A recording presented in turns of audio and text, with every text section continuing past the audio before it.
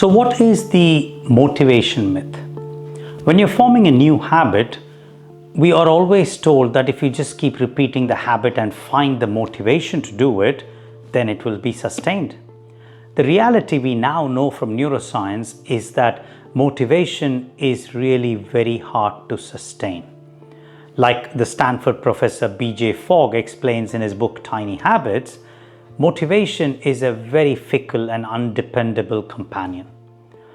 When you're forming a habit, just depending on motivation alone to sustain and reinforce it is not going to be a good strategy. Instead, it's useful to break down the aspect of forming the habit into 6 steps, and that might be a better way to ensure that you take motivation out of the picture. And if it's there, well and good, but if it isn't there, you can still end up doing the habit, sustaining it and reinforcing it. So what are the 6 steps in that particular way of forming a habit?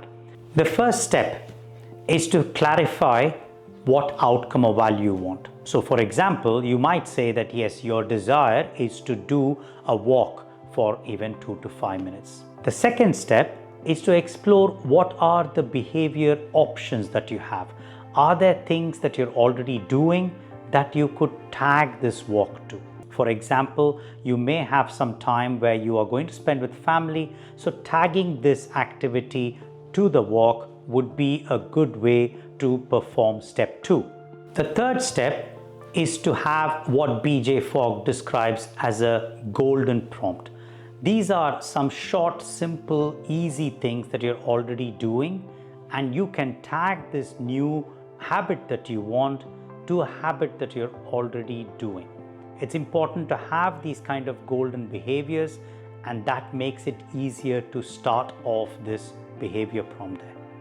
The fourth is to ensure that you do it in small increments. Start off with small steps and ensure that there is the optionality to make it even shorter so that it doesn't tire you or worsen your pain. Step 5 is to usually find a good prompt.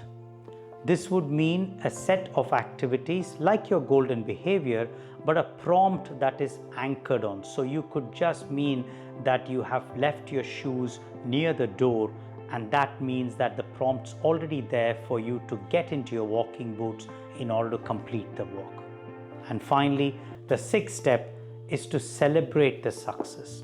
The important bit here is to know that if you can do it with family or friends or with someone in a group or even just another person, then celebrating that success is a way of releasing the oxytocin and serotonin as chemicals that will actually wire the new habit, and that will allow for sustaining it. It's so important to remember the 6 steps so that you don't take in motivation as one of the aspects. And that's the myth of motivation, and ensuring that you don't factor it when you're building new habits.